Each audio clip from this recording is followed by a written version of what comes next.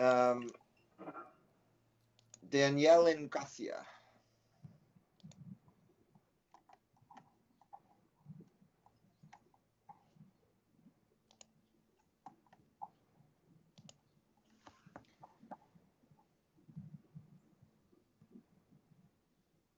So right, last week Danielle had this impressive multi-core Internet of Things. Are you there, Danielle?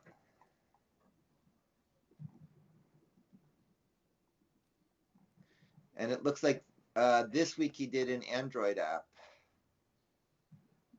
Milano, is anybody there? I see Danielle. I see you waving. *6 to mute. *6 to the bridge.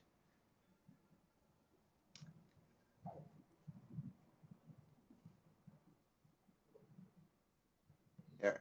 While Danielle gets his audio working, I'll leave his page up, but go on. But I'll leave his page when we hear from him. Mereda Rivera Marzan.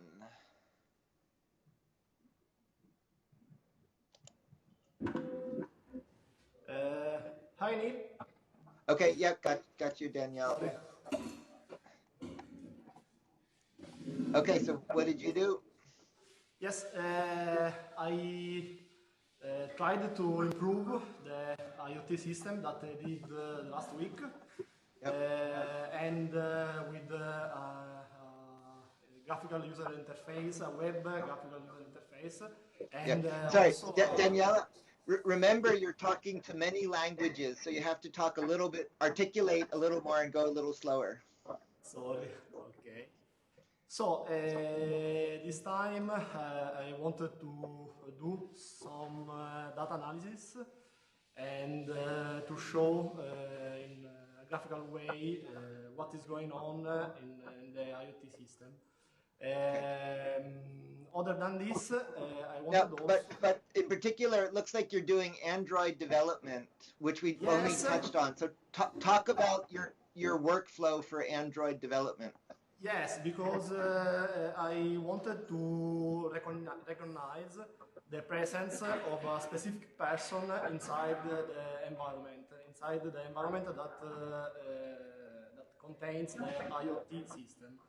So I made a simple Android app to check if there is a fixed SSID name, a fixed Wi-Fi network, and then if this network, this app will try Sorry, to.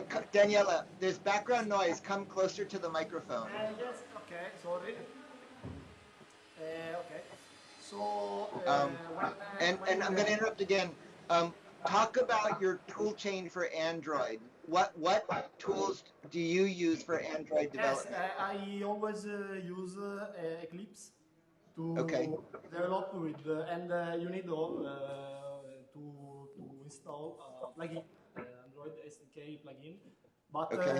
I know that there is also Android Studio that I Yep. think is very good, but I never use it.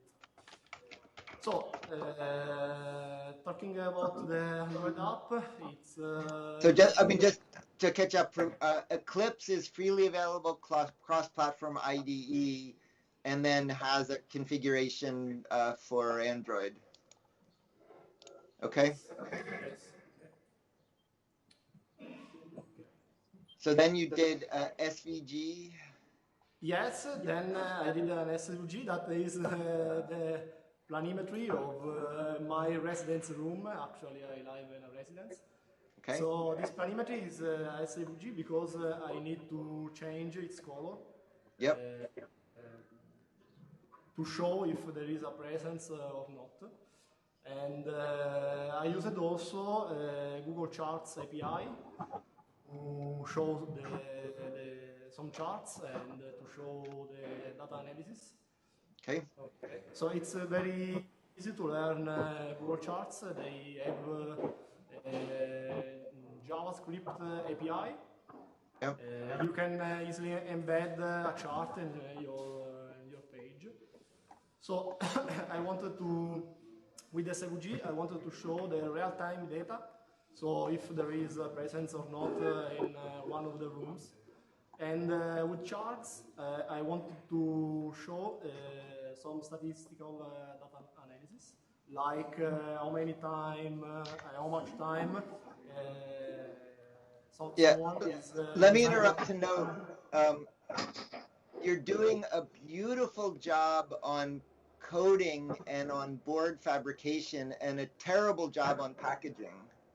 Okay, thank And you. and the reason I mention it is I've seen many projects fail at this stage because like there's loading on the wires that breaks connectors, or the connector isn't seated well. And so you shouldn't push good packaging off to the future. You should do it as you go, because it'll really bite you. Making a mess in the packaging can kill the project, even after after you've done all this other beautiful work. I know, in fact, for my final project, the drone final project, I was thinking about a PCB frame. So I will Yeah. have, So it's things like, make a nice box, either mount the ribbon cable, or something I really like is with the vinyl cutter and copper, you can make your own flex circuit. So you can make a flex circuit that does all the interconnect instead of having wires all over the place. okay. So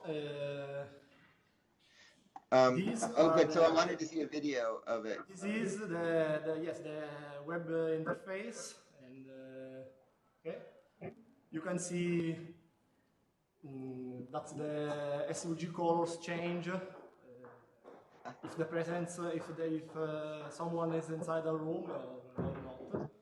So also there are some statuses, like if the owner is inside or outside. This status is made by the Android application, and also if the house, the residence room is empty, totally empty, or also if someone is inside but owner is outside, so the alarm will set to true, and so on.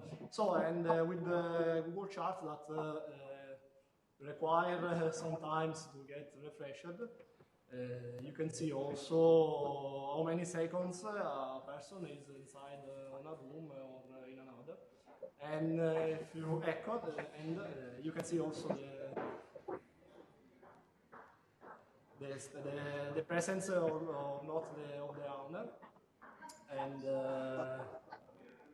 it's a bit slower, this kind of update, but now you should see also, yes, okay. It's updated, okay. So this is a nice example of where I like SVG. SVG is really easy to draw, and then it gives you objects you can modify. And so something like this, where you've got stuff on the screen that you want to be able to reference, it's really easy, and it looks beautiful to do it in SVG.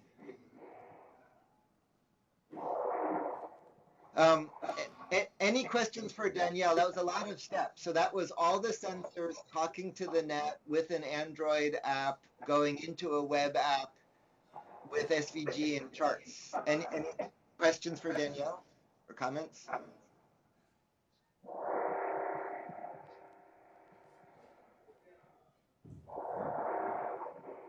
Okay. This is very close to a final project. If you can make the physical package as nice as the software package, then you'll be done. Okay. Good. Goodbye. Okay. Then we're up to Marzan Mareda Rivera.